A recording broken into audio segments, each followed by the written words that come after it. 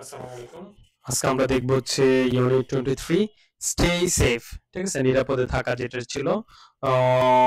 Look at the pictures and talk about them. ছবিগুলোর দিকে তাকাতে বলছে এবং এগুলো নিয়ে কথা বলতে বলছে। ক্লিয়ার? আচ্ছা।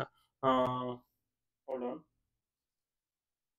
ওকে, তাহলে বলছে যে read and say write the number of the picture from activity A next to the correct word.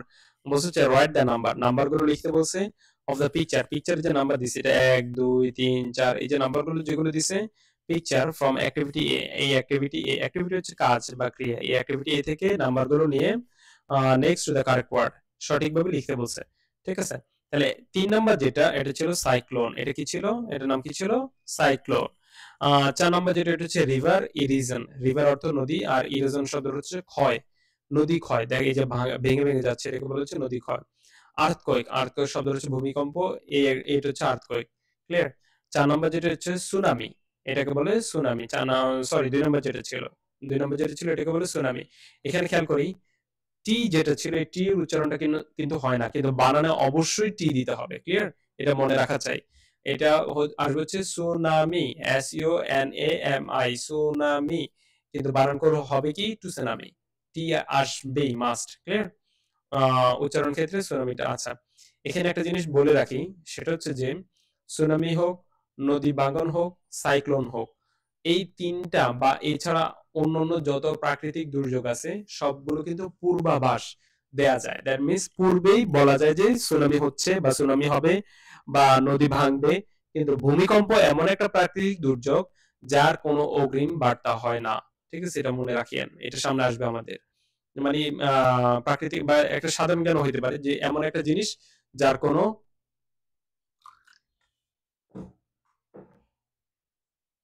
কোনো অগ্রিম বার্তা হয় না। ক্লিয়ার? ওকে, আচ্ছা, তাহলে এখানে বলছে listen, say and read. Anita officer, hold on. Okay, তাহলে বলছে Anita officer we heard about the earthquake in Nepal.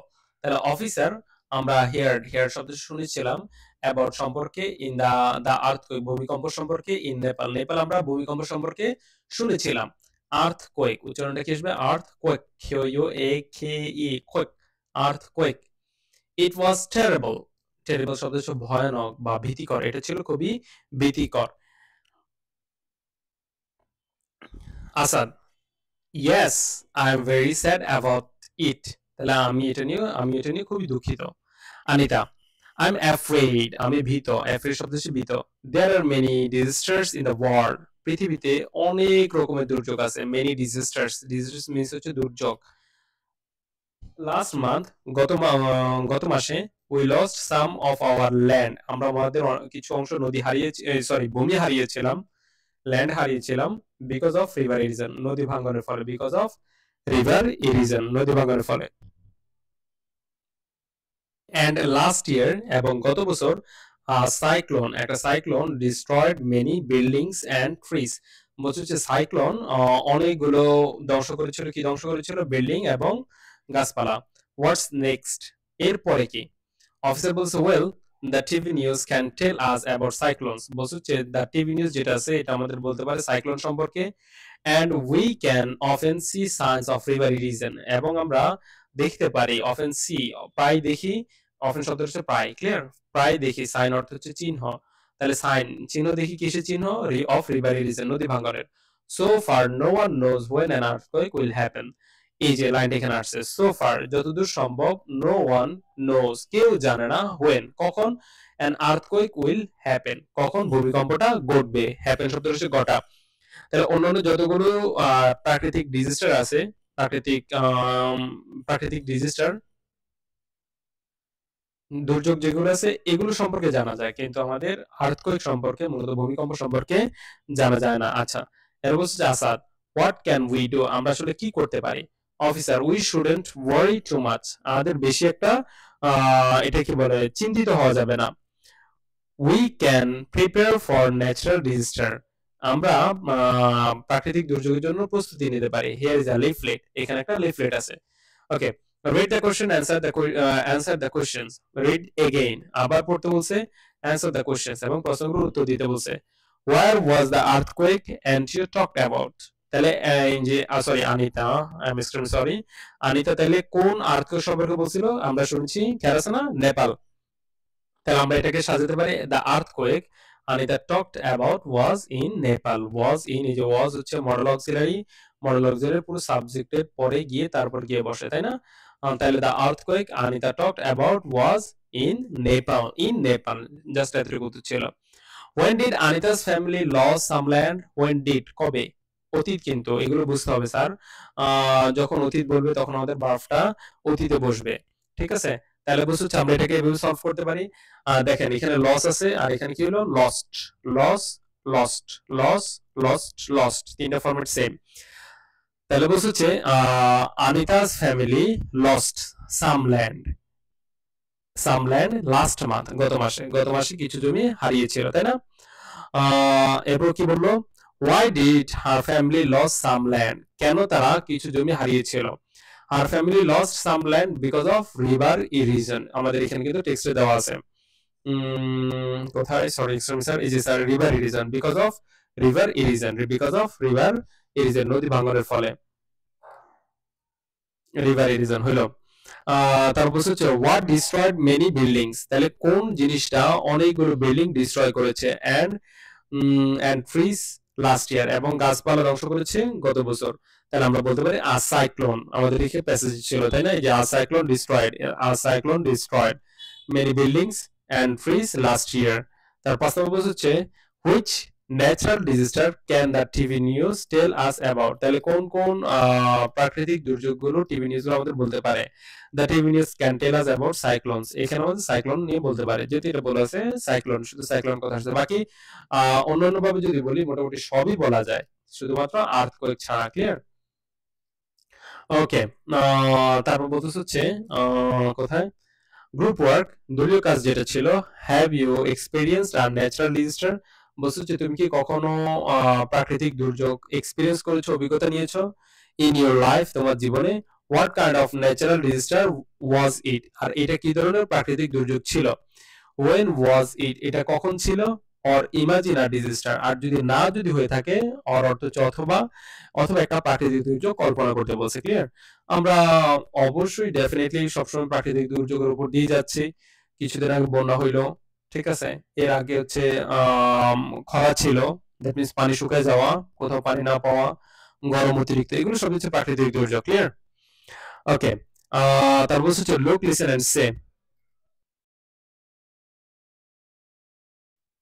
আচ্ছা, তাহলে এখানে বলছে হচ্ছে ব্যাটারিজ, অনেকগুলো ব্যাটারি, ব্যাটারি হইলে একটা ব্যাটারি, আর ব্যাটারিজ বলছে দ্যাট মিনস অনেকগুলো ব্যাটারি, টর্চ, আলো, টর্চ, টর্চ বলি। তারপর হচ্ছে ফার্স্ট এইড কিট, এটার অর্থ এটাই বলি, ঠিক আছে? বা প্রাথমিক চিকিৎসা বলে যেটাকে আর কি, ঠিক আছে? First aid kit, first aid kit. এরপর হচ্ছে ড্রাইড ফুডস, ড্রাই অর্থ হচ্ছে শুকনা, আর ড্রাইড ফুডস মিনস হচ্ছে শুকনা খাবার। Clear? Pair work, which of the things in activity F do you have in your home, তাহলে বলছে হচ্ছে এই যে এখানে যেটা বলছে, এখানে কোনটা আসলে তোমার ঘরে আছে বা বাসায় আছে? আস্ক অ্যান্ড অ্যান্সার, কোশ্চেন করো এবং উত্তরগুলো দাও। Have you any batteries in your home, তোমার বাড়িতে কোনো ব্যাটারি আছে? No, I should get some batteries, না আমার নাই, আমার আসলে কিছু ব্যাটারি নেওয়া প্রয়োজন। ওকে, কমপ্লিট দ্য সেন্টেন্সেস, সেন্টেন্সগুলো কমপ্লিট করতে বলছে with the correct word from activity F, এই এফ থেকে নিয়ে, ঠিক আছে? এফ থেকে নিয়ে বসাতে বলছে, অন্য কোনো ওয়ার্ড বসানো যাবে না। আচ্ছা, এখানে বলছে হচ্ছে আই কান্ট সি, আমি দেখতে পারছি না, আই কান্ট সি, আমি দেখতে পারি না, ইটস ভেরি ডার্ক, এটা খুবই অন্ধকার। Do you have a torch, তোমার কি একটা টর্চ আছে? Do you have a torch? Okay, তারপর বলছে হচ্ছে মাই টর্চ ডাজন্ট ওয়ার্ক, আমার টর্চ আসলে কাজ করতেছে না, আই নিডস নিউ ব্যাটারিজ, আমার নতুন ব্যাটারি প্রয়োজন। ক্লিয়ার? 3 নম্বর বলছে হচ্ছে we don't have any fresh food, আমাদের ভালো তেমন কোনো খাবার নাই, বাট উই ক্যান প্রিপেয়ার সাম, কিন্তু আমরা কিছু প্রস্তুত করতে পারি, কি করতে পারি? ড্রাইড ফ্রুটস, শুকনা খাবার। তারপর বলছে হচ্ছে জামশেদ কাট হিজ হ্যান্ড, জামশেদ তার হাত কেটে ফেলছে, bring me the first aid kit, আমাকে ফার্স্ট এইড কিটটা দিয়ে যাও। ওকে, তারপর বলছে হচ্ছে ওই যে একটা লিফলেটের কথা বলছে, এটা ছিল আমাদের লিফলেটটা। Listen, complete the leaflet with the words you hear, তাহলে বলছে হচ্ছে কমপ্লিট করতে বলছে লিফলেটটা কিছু ওয়ার্ড নিয়ে যা তুমি শুনেছ, ঠিক আছে? এখানে ভিন্ন ওয়ার্ড বসতেই পারে। আচ্ছা, স্টে সেফ, নিরাপদে থাকো, be prepared for earthquake, be prepared for earthquake, এখানে যে গ্যাপগুলো আছে এগুলো আপনার একটু ভালোভাবে বুঝতে হবে। ঠিক আছে, এখানে কিন্তু আমরা এর আগে যতগুলো গ্যাপ দেখেছি বা যতগুলো প্রশ্ন দেখেছি, যা কিছু দেখেছি না কেন সবকিছুর হিন্টস ছিল, প্যাসেজ ছিল বা যা ছিল, কিন্তু এই একটা মাত্র টেক্সট যেটাতে কোনো আগে কোনো হিন্টস নাই। আচ্ছা, তাহলে টেক্সটকে ভালো করে বুঝি। বি প্রিপেয়ার্ড, প্রস্তুত হও, ফর আর্থকোয়েক, আর্থকোয়েকের জন্য। দ্যাট মিন্স আর্থকোয়েকের তো আসলে কখনো কোনো এটার কি বলে কোনো নিয়ম নাই বা কোনো পূর্বাভাস নাই, যার কারণে বলছে হচ্ছে প্রস্তুত হইতে বলছে। They can happen at any time, তাহলে যে কোনো সময় ঘটতে পারে। দ্যাট মিন্স আমরা এখন যে বাসায় আছি এই বাসায় আমাদের আর্থকোয়েক বা ভূমিকম্প হতে পারে। ঠিক আছে, এক্ষেত্রে আমাদের সবসময় প্রস্তুতি হওয়া চাই। বিফোর অ্যান আর্থকোয়েক, তাহলে আর্থকোয়েক বা ভূমিকম্পের আগে, এটা হচ্ছে ভূমিকম্পের আগে, ভূমিকম্পের সময় কি করব, এরপর হচ্ছে ভূমিকম্পের পরে কি করব, তিনটা পার্ট ক্লিয়ার। তাহলে ভূমিকম্পের আগে, বিফোর, বিফোর অ্যান আর্থকোয়েক, তাহলে ভূমিকম্পের আগে keep some food and water in your home, তাহলে তোমার বাসায় কি রাখবে, কিছু খাবার এবং কিছু পানি, কিছুটা পানি রাখতে পারো। তাহলে keep some food and water in your home, এই ওয়াটার পরিবর্তে যে ফ্রাইড ফুডস যেটা ছিল এটা আমরা লিখতে পারি ক্লিয়ার। তাহলে কিপ সাম ফুড, কিছু খাবার রাখো, এন্ড ফ্রাইড ফুডস এবং কিছু শুকনো খাবার রাখো ইন ইউর হোম, অথবা ওয়াটার রাখো। ক্লিয়ার হইলো, আমরা অবলিক দিয়ে ড্রাইড ফুডও লিখে দিব। আচ্ছা, তারপর হচ্ছে you will also need a torch, তোমার আর একটা টর্চের প্রয়োজন, বিকজ এর কারণ হচ্ছে there may not be electricity for a few days, বেশ কিছুদিন ধরে electricity, there be not any electricity, electricity means হচ্ছে বিদ্যুৎ, ফর ফিউ ডেজ, কিছুদিন ধরে বিদ্যুৎ নাও থাকতে পারে। দ্যাট মিন্স বড় ধরনের বয়স উপরওয়ালা সৃষ্টিকর্তা মাফ করুক আমাদেরকে, বয়স ভূমিকম্প হইলে 3 থেকে 4 দিন বা আরো লম্বা সময় আমাদের ইলেকট্রিসিটি থাকবে না, এটা স্বাভাবিক বিষয়। You should have some batteries for your torch, তাহলে তোমার হাতে যে টর্চটা আছে এই টর্চের জন্য কিছু ব্যাটারি তোমাকে কিনে রাখতে হচ্ছে। ডিউরিং অ্যান আর্থকোয়েক, আচ্ছা এই হচ্ছে আর্থকোয়েকের পূর্ব প্রস্তুতি। তবে আমি আর একটা জিনিস মাথায় ধরলো না, ভূমিকম্পের সময় বাঁচি না মরি, তখন ওয়াটার, টাচ, ফুড, ব্যাটারিজ এগুলোর খোঁজ খবর কে কোথায় রাখবে আল্লাহ পাক জানে। আচ্ছা হলো, তারপর ডিউরিং অ্যান আর্থকোয়েক, তাহলে আর্থকোয়েক বা ভূমিকম্পের সময়, if you are in a building, যদি তুমি একটা বিল্ডিং এ থাকো, এটা খুবই গুরুত্বপূর্ণ একটা জিনিস, ঠিক আছে, এটা আমরা সবসময় খেয়াল রাখবো। If you are in a building, যদি একটা তুমি বিল্ডিং এ থাকো, get under a strong table, তাহলে বলছে হচ্ছে একটা শক্ত একটা টেবিলের নিচে চলে যাও। Get under a strong table, একটা শক্ত একটা টেবিলের নিচে যাও। দ্যাট মিন্স ভূমিকম্প হচ্ছে, একটা শক্ত একটা টেবিলের নিচে আমাদের যাইতে হবে। Do not run down the stairs, তাহলে বলছে হচ্ছে do not run down the stairs, সিঁড়িতে যাওয়া যাবে না মোটেও। ডু নট রান, সিঁড়িতে দৌড়াদৌড়ি করা যাবে না। ইফ ইউ আর আউটসাইড, আচ্ছা এখানে কথা হচ্ছে ছাদ যদি কাছে যদি থাকে সেক্ষেত্রে সিঁড়িতে আমরা ছাদে উঠে যাব, কিন্তু নিচের দিকে যাওয়া যাবে না কোনো কোনো অবস্থাতেই না। আচ্ছা তারপর হচ্ছে ইফ ইউ আর আউটসাইড, আর যদি বাইরে যদি থাকো, stay away from buildings or trees, বলছে হচ্ছে দূরে থাকতে হবে কোথেকে, বিল্ডিং থেকে অথবা গাছগুলো থেকে, মানে গাছের নিচে দাঁড়ানো যাবে না, বিল্ডিং এর নিচে দাঁড়ানো যাবে না, একদম খোলা মাঠে।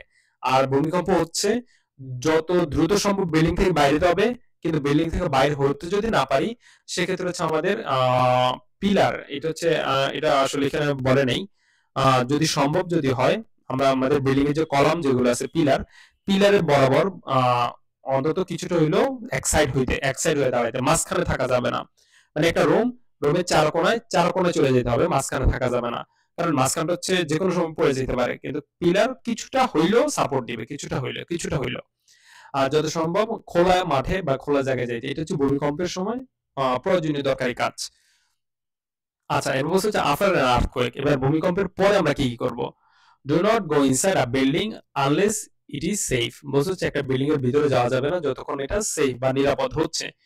If you have any cuts, যদি তোমার কিছুটা কেটে যায়, get your first aid kit, তুমি তোমার প্রথম যে ফার্স্ট এইড কিট যেটা সেটা ব্যবহার করো, এন্ড কভার দ্য কাট, এবং কাটা জায়গাটা কভার করো উইথ আ ক্লিন ব্যান্ডেজ, একটা পরিষ্কার ব্যান্ডেজ দিয়ে, ব্যান্ডেজ বানানোটা খুবই গুরুত্বপূর্ণ, মনে রাখবে bandage clear. Sometimes there are aftershocks after an earthquake, বলছো যে sometimes there are, মাঝে মধ্যে এখানে থাকবে কি aftershocks after an earthquake, একটা আর্থকোয়েক পরে আরো কিছুটা শক থেকে যায় ক্লিয়ার।